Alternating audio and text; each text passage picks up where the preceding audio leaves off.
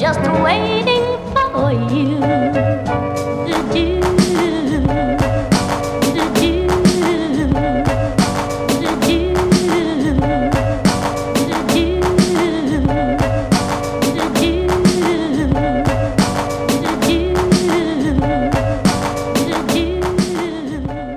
Thank you for tuning in to episode 44 of the Brooklyn Fishing Club podcast. I'm your host, Victor Lucia, founder and president of the BFC. This episode is brought to you by Brooklyn Fishing Club, the premier fishing club of New York City. Join the club today and we'll send you 2 t-shirts, 2 pins, and a 60-inch BFC logo measuring tape. You'll also gain access to our private online forum, events, trips, and more. Visit brooklynfishingclub.com today and become a member of the greatest fishing club on the planet. Our next guest is one of the most inspiring people I've ever interviewed. He bet on himself, chased his dreams, and it paid off. You might have seen him win a deal with Daymond John on Shark Tank, and you might be using his product, Line Cutterz, without knowing that he invented it. Ladies and gentlemen, Mr. Make It Happen, Vance Zahorski.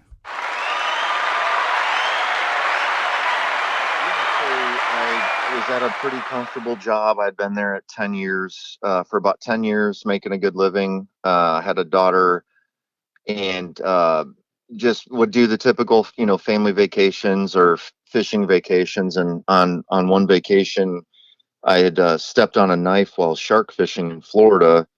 I caught a black tip shark and I needed to release it quickly. It got tangled up in my braid. So I ran up to my tackle box and the knife had fallen in the sand, and I ended up stepping on it and almost severed off my pinky toe.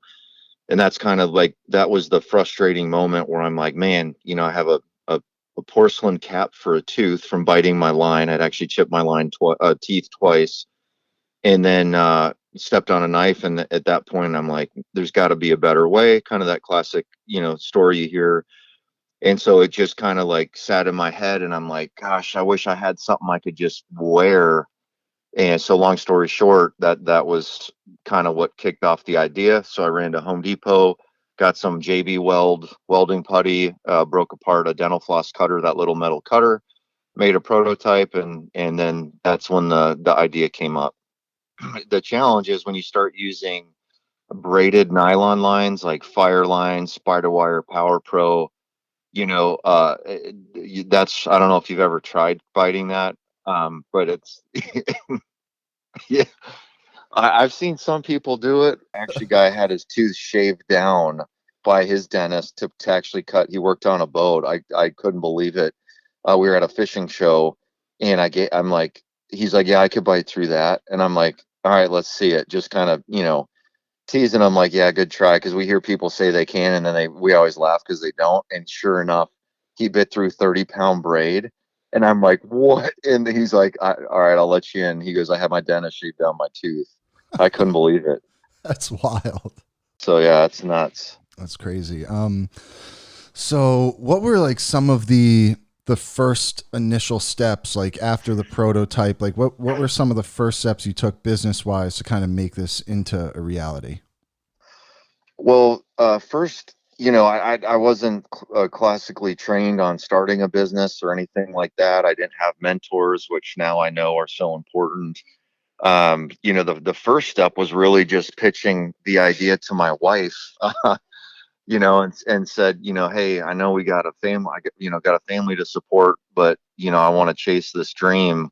So, without getting support from your loved ones, your family, or really friends, your circle of influence, that's the biggest thing is you can go at it alone, but it's a heck of a lot easier if you have support. So once I got her in where she's like, man, I see the crazy look in your eyes, I believe in you, then I really had the confidence to know that she wouldn't be, like down the road saying, I told you not to do this. You know what I'm saying? I mean, those are real life issues that entrepreneurs go through. After that, then it was just literally pound the internet.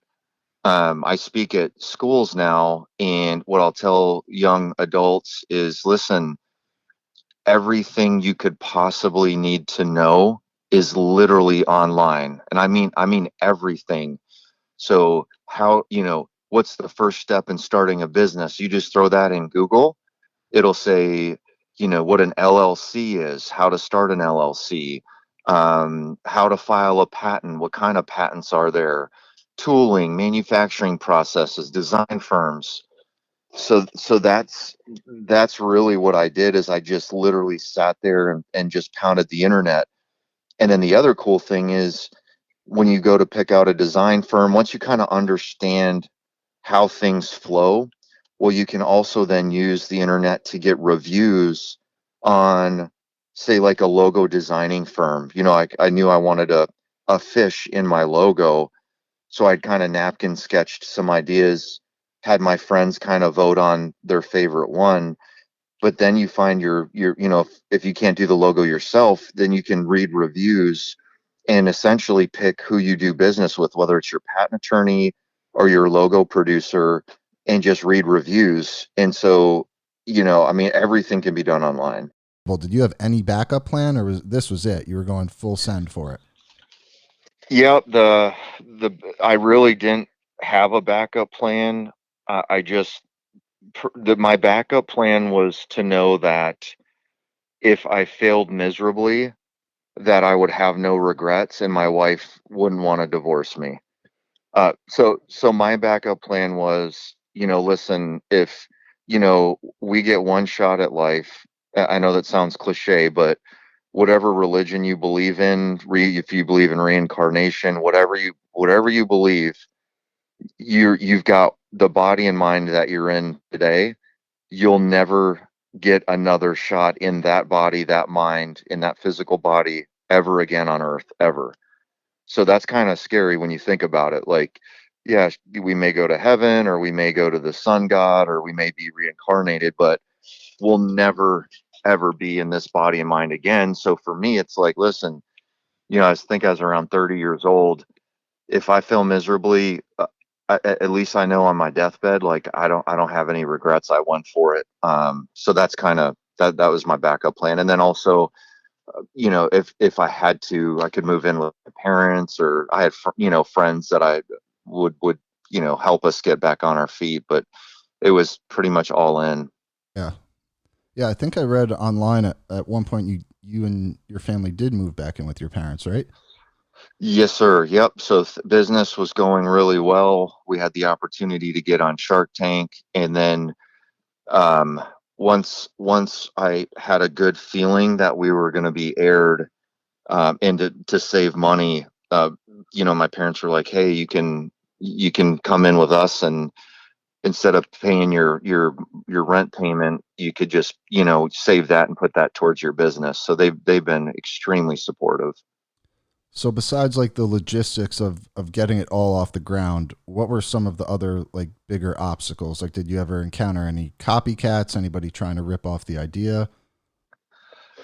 Well, because I spent so much time kind of researching everything, I knew the importance of intellectual property. So I had filed a provisional patent. So I had some protection, which was really cool.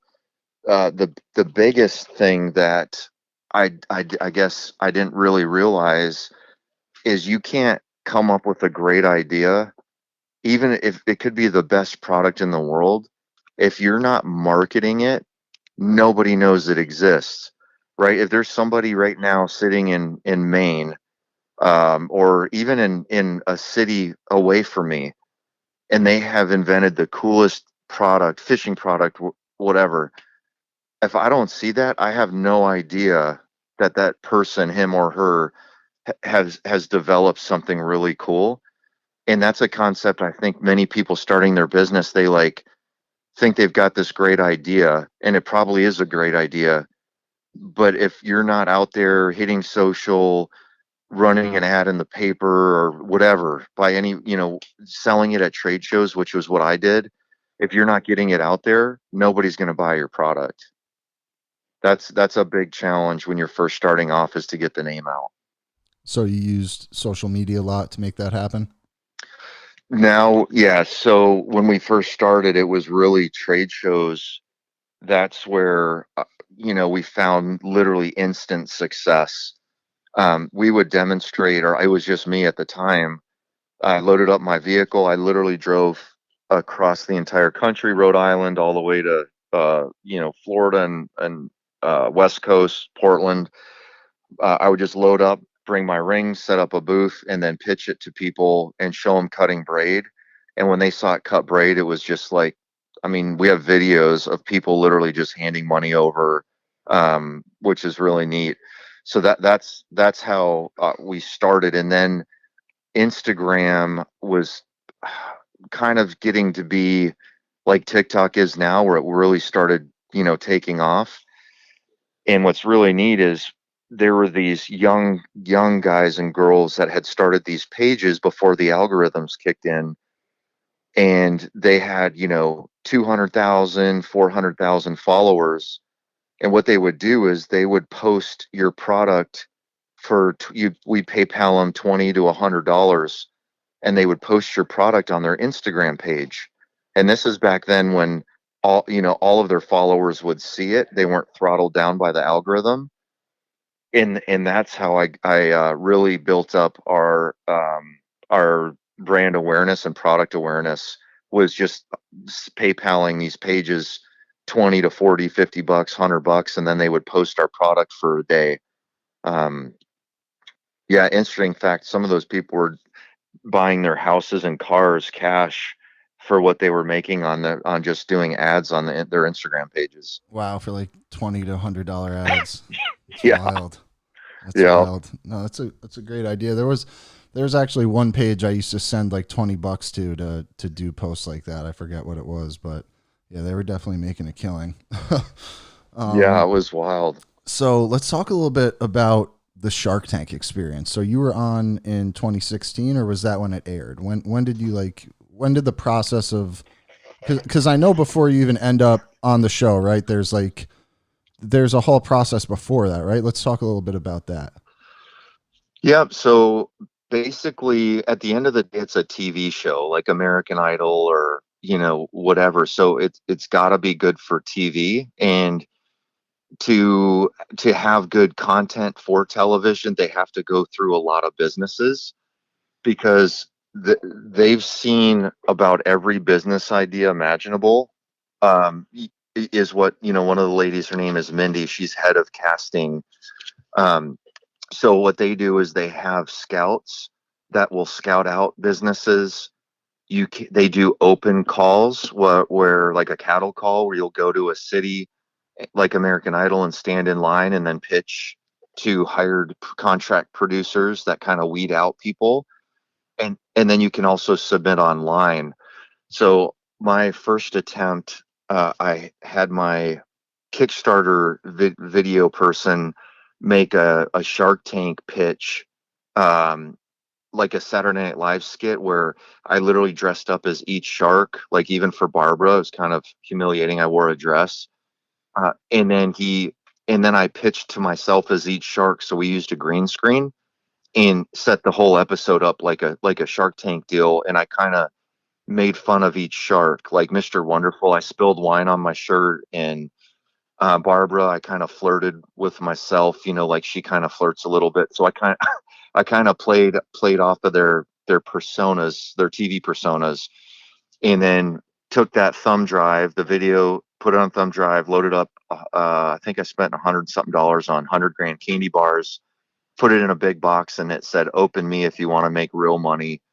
And I ended up getting a call from a guy named Steven, who was one of their producer scouts. And he's like, "Hey, we're really interested. I want to do an interview." And I had missed the call. And I called him back the next day and never heard back from anybody there. And I was like, absolutely like devastated, freaking out, like, oh my gosh. So then when my phone would ring, I'm like, this has got to be them, when it was a number I didn't recognize. And that went on for about 6 months. So I didn't give up. I knew our product would be just great for TV.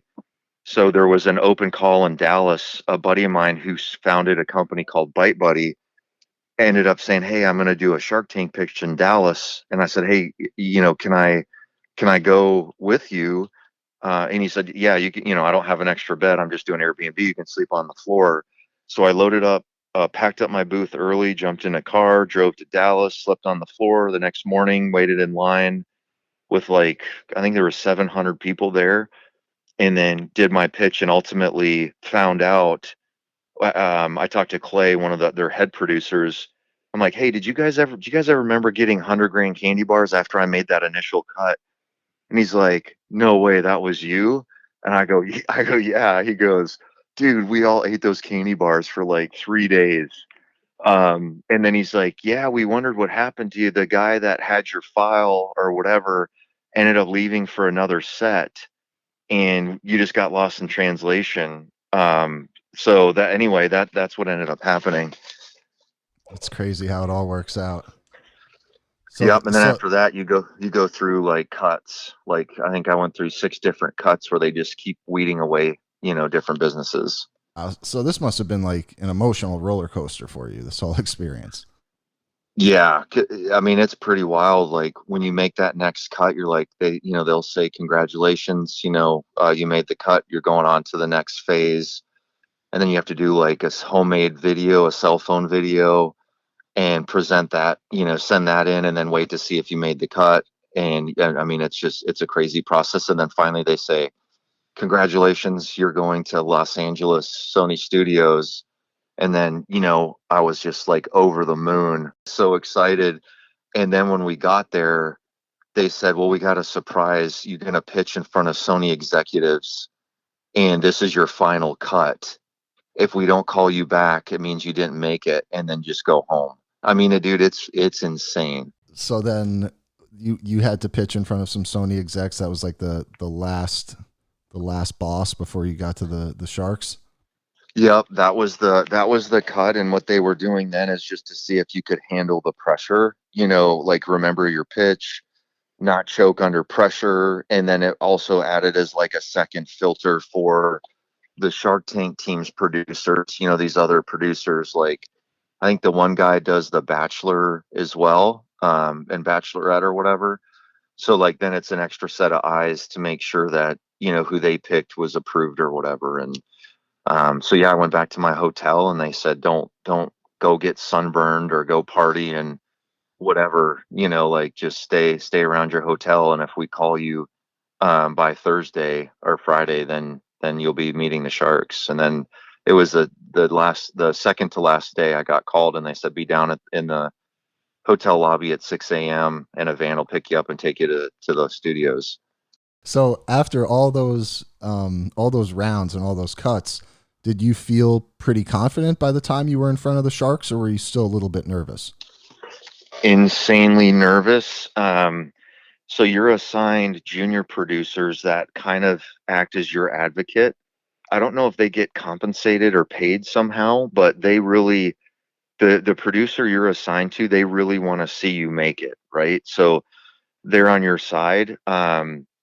Dominic and Mike were the two people that I got, Mike Bagood and Dominic, and they they were awesome. The more that morning, they had me do just a final test run, and I completely choked.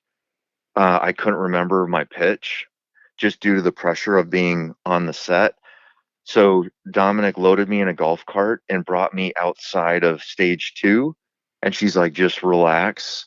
And she's like, you got this, man. You've come so far. She's like, just relax and have fun. This is an insane opportunity. And literally, she like kind of calmed me down, and that's really to me what made my pitch good. Was there a specific shark you wanted to deal with before the show, or were you just going in looking for the best deal? That's an awesome question. I just wanted to get a deal, but they do ask you when you get later in the cuts, they ask you what shark, if you could, you would want. And I had picked Daymond John and Mark Cuban. Mark Cuban because he got a deal with the shotgun bobber people, and then Daymond John just for the apparel connection. And I knew that he loves fishing. So I thought those were the two angles I want. I also really liked Lori Grenier as well, but I didn't want to say like all 5 sharks. I tried to narrow it down. So those are the two that I ended up picking. And but I would have tried to get a deal with any of them. So you get the deal, right? It's all smiles and everything. What happens when the camera stops rolling? So what you see on TV is real. Like people, a lot of times at these trade shows, it's amazing how many people know Shark Tank, because there's a lot of TV shows like I don't know. So I assume the majority of people don't know Shark Tank, but like at shows just nonstop, I'll, get asked all the time, just about it. So the second you either get booted or you get a deal, when you walk back, that's literally the last time you see the shark for a while. So I was like stoked. I actually kind of got a little emotional at the end when my wife was, I told her that we got a deal because she had been with me through that whole process. So that emotion and stuff, that was like, I'm not an actor. I could never act and try and get choked up. Like that's all raw emotion. So then you go back to your trailer, like your little Hollywood trailer or whatever, and then you have to be cleared by a psychologist to make sure you're not going to harm yourself or anybody else, which is proves how like real and intense it is. So I'm sitting in the trailer, and then I get a knock on the door, and it says the lady introduced herself. She's like, I'm the basically the psychologist. She has a different term for it. And she's like, I just wanted to see how you're doing, and I'm like, freaking great, man. She's like, all right, sign here, you're fine. And then I knew it was mainly for people, probably because of what's happened in past seasons. Somebody, let's say like me, they risked everything, they end up choking and miss out on that advertising opportunity. I mean, there's people that probably I would imagine have harmed themselves. So I think that's what for liability, they have you get cleared before you're allowed to leave Sony Studio set. So I left the set, went back, and they have the people that don't get a deal go to one hotel, the people that get a deal go to a different hotel. And I think that's just so while you're hooping and hollering, like hooting and hollering, like having fun, you don't want to do that in front of other people. If I didn't get a deal, I certainly, it'd probably make me feel worse. Yep. So we partied it up that night, and then went home, and then you go through due diligence. The legal firm takes a look at all your stuff to make sure, there's no warrants out for your arrest. You're not infringing on other people's intellectual property. The idea is yours and all that, that you didn't lie about your financials. That took 3 months. We came out with a clean bill of health. And then at that time, we had aired actually before our contract was closed. So we got to renegotiate our deal with Daymond because our valuation changed. Yeah, we did. I think like 300,000 or so in 4 weeks after it aired. So we did really well. And anyway, we wanted to close the deal with Daymond. The contract took like 10 months, and then we ended up closing with him. Only about 40% of deals close.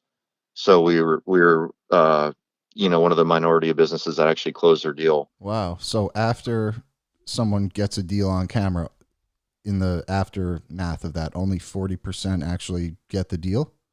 Yep. Wow. Because either the entrepreneur may back out. Let's say they had so much pressure, they got caught up in the pitching and the negotiating, and let's say they left and then came back down to reality, and they're like, oh my gosh, I just sold half my business. They may like have second thoughts, or let's say they lied about a bunch of stuff, or they were knocking off somebody else's deal. The sharks find out about that, and then they're like, nope, this deal's a no deal. So at the end of the day, you're just making a gentleman's agreement on the show. Gotcha. That makes sense. Did any challenges arise after Shark Tank, or from there did things get significantly easier for you? um it was kind of a double-edged sword. Like doing the amount of business we did caused some headaches. I remember I wrote down a really interesting fact. We had made a minimum, so in 72 consecutive hours from the moment our logo was shown on TV during my pitch, like before my pitch was even over, we started getting sales, and we got a sale every single minute for 72 consecutive hours.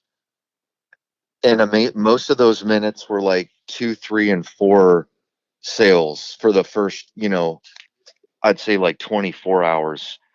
And when you go from doing like 10 sales a day to thousands and thousands of sales, we were operating out of a little room off my parents' garage that I had built out as an office. So it was just me and my brother and my mom, and Jen, my wife. So I mean, we weren't set up for that, to do that many orders, and also the postal trucks weren't big enough to take all of our packages. So they actually had to send one of their big box trucks just to our house, to pick up the packages. So my high school, that's the city I went to high school in, graduated high school. So we actually had a bunch of my high school friends come over and help us pack orders, and then we ran out of stock. Of course, we sold out. So yeah, I mean, it's great doing business, but there's definitely headaches that pop up, which it's a good thing, but it can be very stressful. Yeah, I bet. I bet. How did you end up like keeping up with that? I mean, did you hire more people? What was the way that you fixed that? Yep. So we ended up, hiring, uh, a couple of people, paying them hourly, and then, we ended up moving to Texas and bought a, let's see, 2,400 square foot pole barn, built out an office and shop in there, so we had more space. Then we hired, a guy who's still with us. His name's Carson, who now has grown to be our operations manager. And then, from there, we just consistently grew and grew. And now I think we're up to like 12 or 13 employees, and opened up a retail store, bought some commercial property that we lease out to tenants. And we got 6 patents, or just got our 6th patent approved. It hasn't been issued yet. And, yeah, it's been a really exciting road. That's beautiful, man. Speaking of the road, it seems like you're on the road for a good chunk of the year. How do you balance the road life and the business with family life and the things that you hold most important? Well, that's a great question, and to kind of touch on that, a couple of my really good friends, that one company started with me in the fishing industry the same time we did. We were really good friends. Him and his wife, who I thought, were absolutely perfect, ended up getting a divorce. Another friend I have that started his own business. Um, he became very successful. His wife, they just seemed perfect. They ended up, getting a divorce, and those are close people to our family. So, there's it definitely, you have to have an insanely strong relationship. There can be some animosity, like, hey, you care about your business more than me.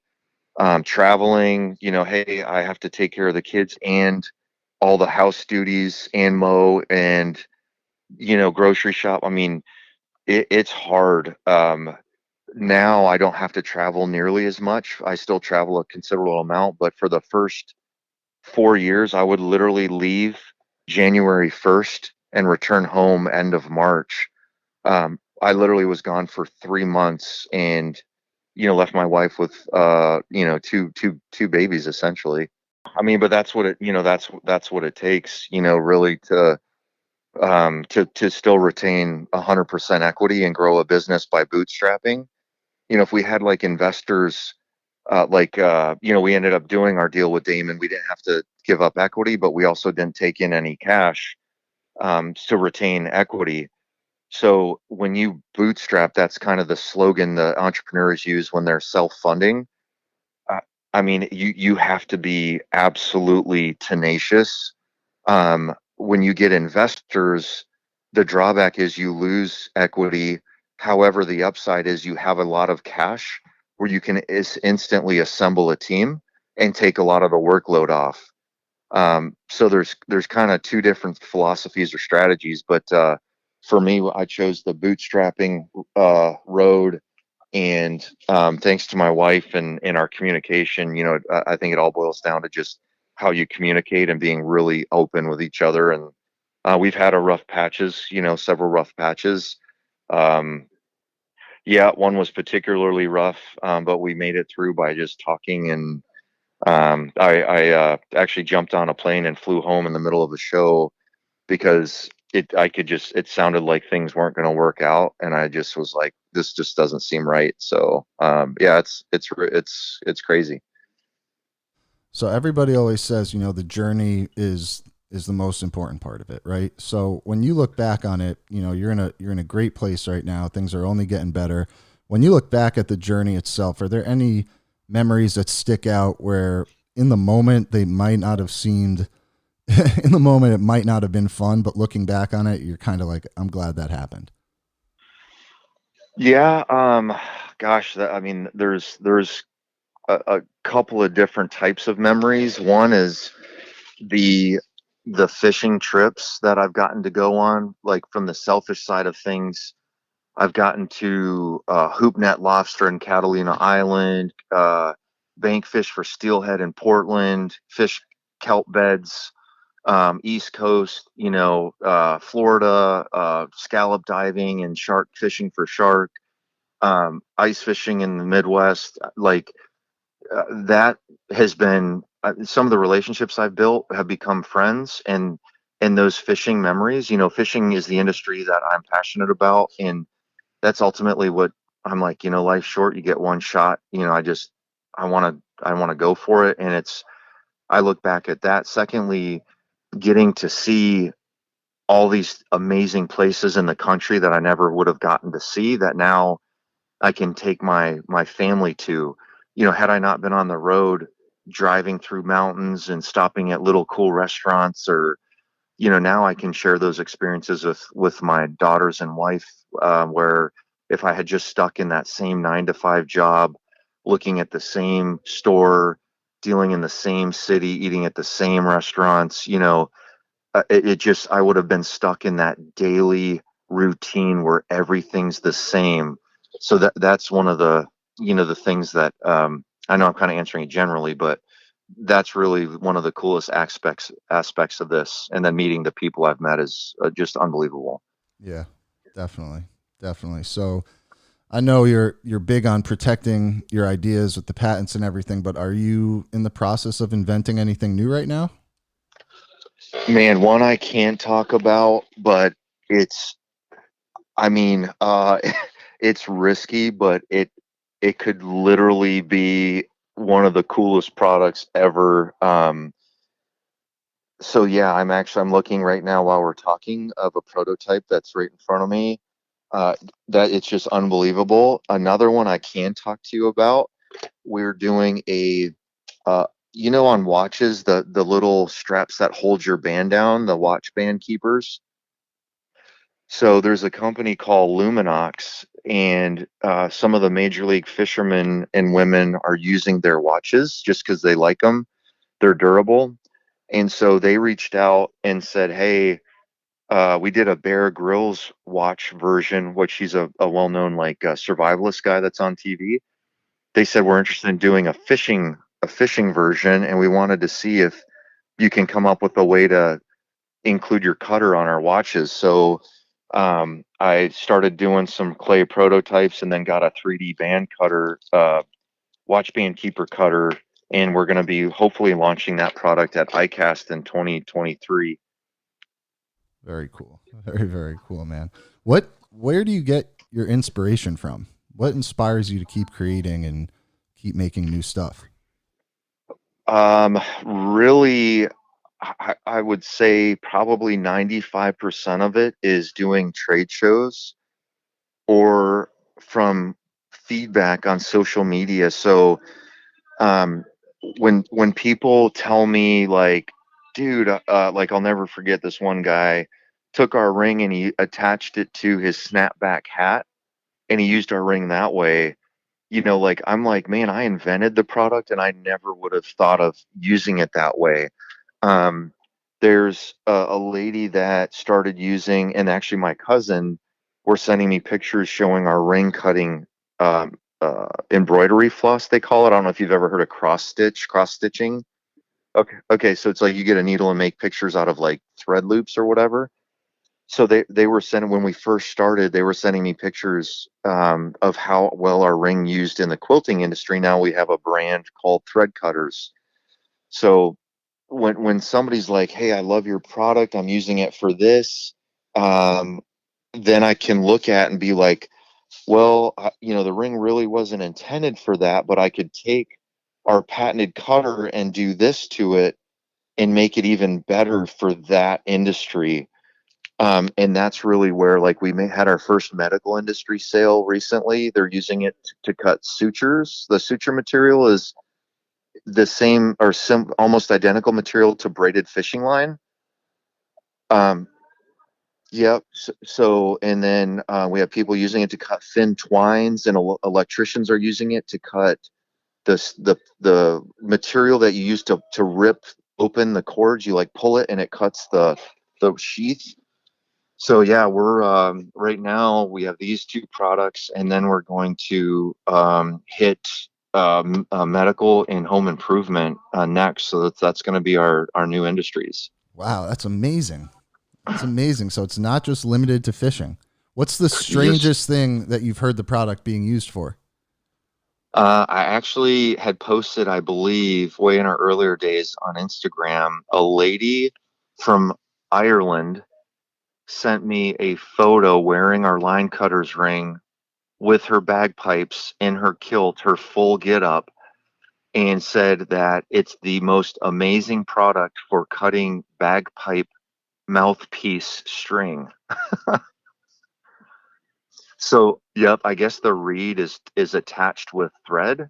And then when she would go do shows or perform, instead of having to pull scissors out or something, she literally just wore the ring, and then she would just cut her bagpipe string because it'll cut without fraying the ends. So I thought that was pretty awesome. That's so cool. That's so cool. I rarely use the word neat, but that is neat. Yeah, um, and then balloon tires use them too. That's probably another interesting one. When you see people tie balloon animals, they cut the little piece off that you blow with your mouth, and they use our Line Cutterz rings for cutting those ends off. So the clowns you'll see, there's quite a few of them out there that use them to cut the balloon, not the balloon ends off. so there are so many different industries and niches that this can work its way into. I Yep, mean, it's exactly. really the sky is the limit with this. This is amazing. Yeah, I mean, I could, like, scuba divers. Our rings won't cut their air hose, but it'll cut 150-pound line. I mean, there's like so many uses. It's unbelievable. So originally, obviously, you're thinking that this is just going to be used for fishermen and anglers, but was it through social media that you started to see people using it for other stuff, and that's kind of where you started to get ideas that this could maybe be used in the medical field or Yep. So trade shows, no matter how big we get, or if this is it and we just continue from where we're at today and not grow at all, whatever the outcome is, I will always do trade shows for two reasons. One is I love people and I love talking fishing, and it's just great to talk to people at fishing shows. I love it. It's just a blast, and that's where I get a lot of ideas, and it helps me stay in tune with how people, if they like my product, if they don't, what they love about it, what they hate about it, versions that they ask me for to make. So that's one way I get ideas, and then secondly, social media. Just looking at hashtags, like if you look at our product, how many hashtags there are, it's insane. And yeah, that's where I get a lot of ideas. So those are kind of the two sources that I use. I want to ask you a little bit about working with Daymond John. Now, you said when the camera's cut, you don't really see the shark for a few months, but once the deal is finally settled, how close are you working with him? So think of like an A-list celebrity. These are like Daymond John was just on The Masked Singer. He so he's on other TV shows. He's always getting interviewed. He flies all over the world to speak at business conferences. He gets paid a what ton of money to speak in front of businesses, which I think it's like 10 grand a business or something. It's so he's very busy. What that means is he needs a support staff, like personal assistant, personal attorney, his marketing guy. So he's got like a core team of 5 or 6 called the Shark Group, and they're amazing. And when I need something that doesn't need Damon's attention, I have that entire group to help me out. When it comes to high level stuff, that's where Damon comes in. So we had done a contract with Mike Iaconelli, and I had never done like a full blown like star Oh, we contract. just had Mike on. He was on the last episode. Yep. Yeah. So, great guy and all that, and I mean, totally trustworthy. But when it comes to a contract, I don't know, what to look for. I mean, I could read a contract, but I don't know like where things could go wrong or whatever. And so, I told Damon, I'm just like, hey, would you mind just looking over this contract and talking to, Mr. Iaconelli? And Damon's like, absolutely. So the three of us got on a three-way call, and, Damon asked some high level questions like, okay, if you don't follow through with what you're committing to do, then what? Or hey, is there any caps on travel expenses, for example? Because there was, and Damon knows that from going through all his experience on where contracts can get you, and that's the high level mind that Damon gives you as a partner. And then also, Damon uh, got me on the View in 2018. So that's a TV where like these ladies kind of speak about whatever. And that was live TV, which is a whole nother kind of intensity. And that viewed nationwide on ABC Live. So that was something that Damon got. So we hung out there, and was absolutely huge for our business. But those are the kind of things that Damon does as a partner. He's amazing. So it seems like for the most part, you have a lot of reign to just take this as far as you want. If you need some help, you call the team, but it's still your baby. Yeah, absolutely, and that's the way I've always wanted it. I've kind of always marched to my own beat. Not in a because I think my ideas are better. Mainly because of freedom. I just want the freedom, and that to me is worth its weight in gold. So if you bring on an investor and they own 30-40%, you have to show returns. And now instead of this lifelong dream, passion business, it becomes, oh shit, we had a bad month. They're going to be breathing down my neck. You know what I'm saying? So that's why that freedom to me is very important. Definitely. Definitely. What's the best advice you would give to anyone who's ready to risk it all and start their own business? Um, just really, I guess, have an idea on what your okay. So have you ever seen the Butterfly Effect, the movie? Okay. So you know how you're on this path and it can go several different directions, right? I would tell any entrepreneur that's getting ready to move forward that you can already plan your outcomes ahead of time, and be ready for every single outcome like butterfly effect. So let's say there's a major event in the US, and all businesses are shut down, like a COVID type situation. You know, plan for that. Do you have enough cash reserves? Can you move in with your parents? Can you find a beach? Do you have a tent? Do you have a family to support?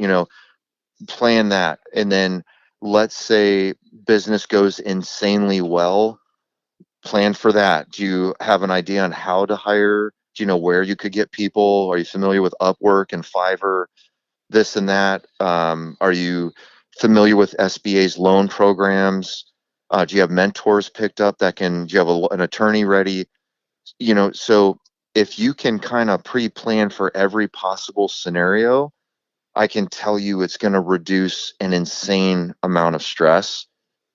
I kind of was more like, I know this will make it.